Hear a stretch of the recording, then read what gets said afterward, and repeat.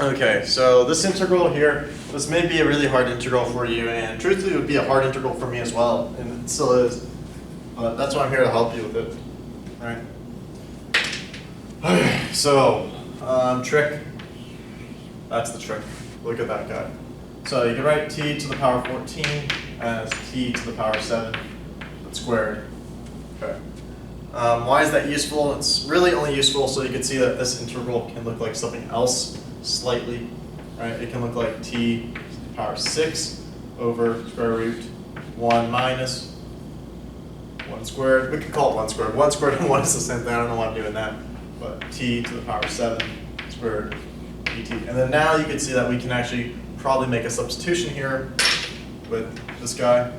Right? So if we let u equal t to the power 7, then we see that du is equal to 7t to the power 6 dt. And then look at that.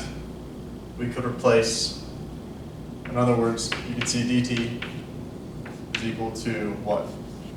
Du over 7t6.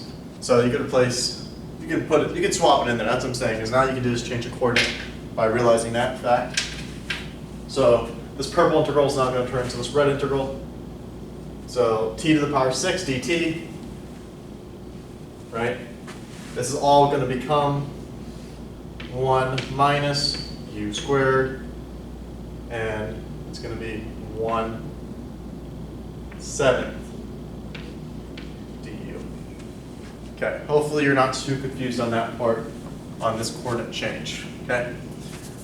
Main thing so far is see that you can rewrite this a little differently, then you can make the coordinate change. Okay. So here we go.